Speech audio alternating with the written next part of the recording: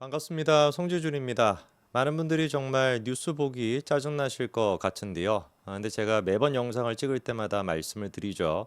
그럼에도 불구하고 우리가 뉴스를 꼭 챙겨봐야 된다. 아무리 이제 그 짜증나는 열불이 그냥 뻗치는 상판떼기가 뉴스에 어디를 틀든지 간에 인간은 도대체가 뭐 안 나오는 데가 없습니다. 여기 피하려고 저기 틀면 저기 나오고 저기 피하려고 여기 틀면 여기 나오고 여기저기 그냥 막 계속해가지고 얼굴이 나와가지고 스트레스를 주는데 그럼에도 불구하고 끝까지 우리가 뉴스를 챙겨보고 반드시 이재명 정부 명나라를 심판해야 된다 강조를 드리고 있죠. 왜냐? 선거가 다 끝난 게 아닙니다. 내년에 6월 달에 지방선거 또 있고요. 그리고 또 우셔우셔우셔 하다고 하고 난다면 한 2, 3년 정도 지나가지고 총선 또 하게 됩니다. 아무리 이재명이가 명나라를 구축해놨다라고 할지라도 지방선거에서 우리가 승리하고 총선에서 승리한다라고 한다면 충분히 우리가 쌓아왔던 우리가 만들어왔던 대한민국 지킬 수가 있습니다. 이런 전에서 오늘 제가 말씀을 드리고자 하는 것은 지난 대선 당연히 우리가 패배를 했죠. 그러나 그 패배에서 끝이 아니다. 사실상 우리가 보수의 측면에서 봤었을 때 승리했던 부분도 있다. 단순한 패배가 아니다라고 하는 주장이 나왔는데 이 이야기가 지금 진중권 교수의 이야기입니다. 도대체 이게 무슨 소리고 그리고 이런 맥락 속에서 어떻게 우리가 준비해야 다음 선거를 승리할 수 있을지 분석을 좀 해보고자 합니다. 자, 대선이 끝나고 난 다음에 개혁신당에서 뭐 이런 걸 했었습니다. 우리는 길을 찾거나 만들 것이다. 뭐 이렇게 하셨는데 조국이 좀 떠오르네요. 없는 길이라면 뭐 길을 만들겠다. 뭐 이렇게 했다가 지금 깜방의 길로 들어가 계시는 뭐 조국이 좀 떠오르는데 누가 나왔는지를 보니까 김준일, 조갑재, 진중권, 김재섭, 하은기 뭐 약간 좀 이름이 알려져 있는 이런 사람들이 많이 등장을 했는데 특히나 이제 그 눈에 띄었던 것은 김종인 전 위원장의 발언이었죠. 이런 얘기를 했었습니다. 이준석의 비호감도를 낮춰야 된다라고 하는 직언을 그냥 뭐 쌍판대기에다 바로 날려버렸었죠. 이준석 같은 경우는 이번 대선에서 말씀을 드렸습니다만 세 사람 가운데 가장 비호감도가 높았습니다. 72% 정도였던 걸로 기억이 나고요. 이게 그냥 뭐 단기적으로 이루어졌던 국민적인 비호감도가 아니라 뭐 역사적으로 설명을 드려야 될 것 같은데 2022년도 이때부터 시작해가지고 이준석에 대한 비호감도는 꾸준히 높아왔습니다. 2023년도에 아마 개혁신당을 만들었죠. 2022년도에 당대표에서 쫓겨났던 것 같은데 그 당대표에서 쫓겨날 당시에 이준석의 비호감도는 64% 정도였고 이번 대선 때 25년도 같은 경우는 72%라고 한다면 무려 한 3년 가까이 시간이 지나면서 비호감도가 낮아지기는커녕 8% 가까이라 높이는 기염을 토했던 게 이준석이죠. 그러다 보니까 김종인 위원장이 하는 얘기가 뭡니까? 우리는 이번 선거가 계엄과 탄핵 대선임에도 불구하고 김문수 국민의 후보가 어떻게 41%를 얻었는지 생각해야 된다. 김 후보가 받은 득표의 절반 정도는 이재명 후보의 비호감을 가진 유권자가 그리로 간 것이다. 자, 그럼 왜 도대체 이게 이준석한테 못 왔다라는 거예요? 이준석의 비호감도가 굉장히 높기 때문에 계엄에 대해 가지고 김문수 후보 측이 제대로 뭐 얘기를 못 했었는데 이재명에 대한 반감이 있는 사람들이 김문수 쪽으로 어떻게 가게 됐던 것이냐. 이유는 뭐다? 김문수에 대한 그 계엄에 대한 반대 메시지가 약하다라고 하는 인식보다 이준석의 비호감도가 훨씬 높기 때문에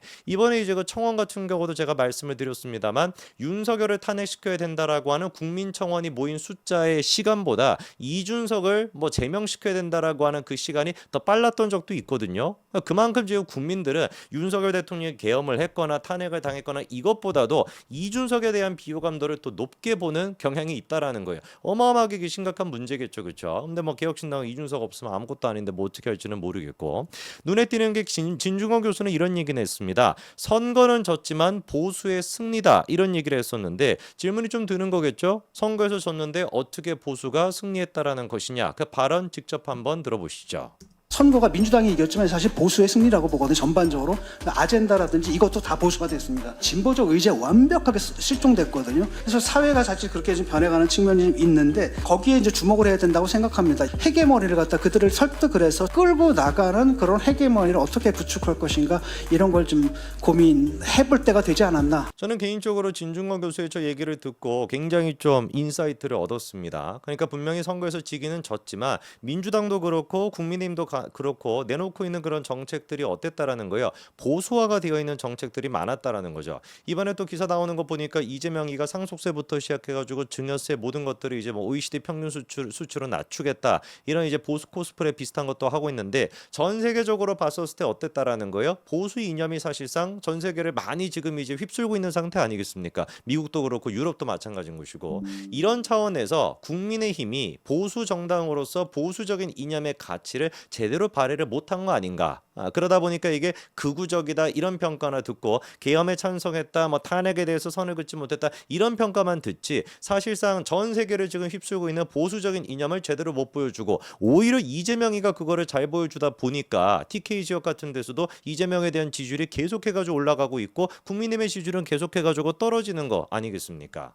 게다가 이제 우리 국민의힘 같은 경우는 사실상 쌍권의 만행으로 인해 가지고 완벽하게 패배를 했습니다. 살다가 후보가 결정이 됐는데 당이 나서 가지고 그 후보를 갖다가 끌어내리겠다. 새벽에 뭐 2시 반이었습니까? 3시였습니까? 그때쯤에 말 기습적으로 이런 식으로 한덕수를 갖다가 하겠다. 이런 경우를 우리가 들어본 적이 있습니까? 그것 때문에 사실상 망하다시피 했던 선거거든요. 그 이유가 이제 뭐 밝혀지고는 있죠. 한덕수 본인 스스로는 분명히 뭐라고 했었는데 자기는 계엄에 대해 가지고 반대했고 계엄에 대해서 몰랐다라고 했지만 사실상 한덕수 또한 마찬가지로 깊숙이 관여가 돼 있다라는 게 지금 특검을 통해서 확인이 돼 있고 아마 조금 시간이 지나가지고 구속영장까지 발부가 될 가능성이 높은 상태입니다. 이러다 보니까 한덕수 본인 스스로도 갑자기 왜 총리 생활을 해왔던 사람이 갑자기 대통령을 하려고 할까? 친윤들이 왜 갑자기 그렇게 한덕수를 갖다 등 떠밀어가지고 어거지로 김문수를 갖다가 끌어내리려고 했을까? 모든 거에 대한 배경이 이 내란과 그다음에 이제 특검, 그다음에 이제 계엄과 자기들의 수사가 결코 안전하지가 않다라는 판단에서 한덕수가 대통령이 되면 수사를 멈출 수 있겠지라고 하는 기대로 친윤들과 한덕수가 이런 식의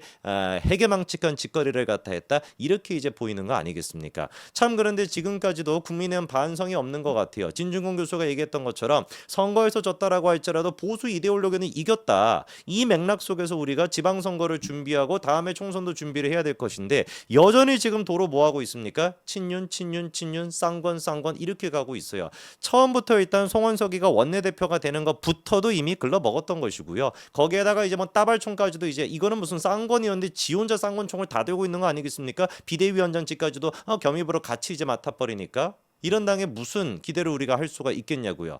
그나마 이제 뭔가를 좀 혁신해 보겠다고 혁신위원장을 안철수로 이제 지명하는 그런 모습을 보였었는데 알고 봤더니만 코마 상태의 국민의힘을 갖다가 안철수 의원이 메스 들고 이제 뭐 이렇게 뭐 해체시키겠다라고 했는데 그냥 안철수 후보 같은 지금 어떻게 됐습니까? 의원은 며칠째 되지도 않아가지고 결국에 사퇴하고 전당대회 나가겠다. 혁신이 자체가 지금 좌초가 돼버렸어요.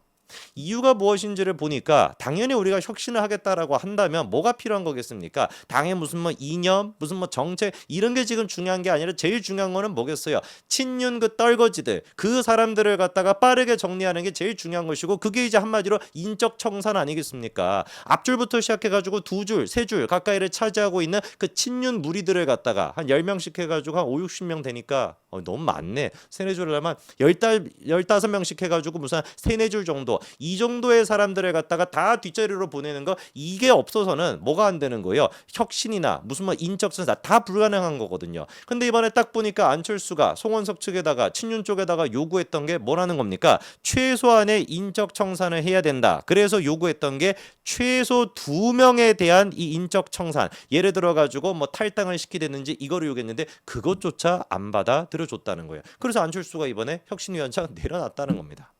이게 지금 여러분 국민의힘 친윤들이 장악하고 있는 국민의힘의 현실인 겁니다. 이거를 가지고 무슨 놈의 우리가 지방선거를 이길 수가 있겠습니까? 또 패배밖에 없는 것이지 지 그냥 안방에서 DK 중심으로 해가지고 배지 달겠다 이런 생각밖에 없는 사람들을 가지고 무슨 놈의 지방선거를 이길 수가 있겠냐고요.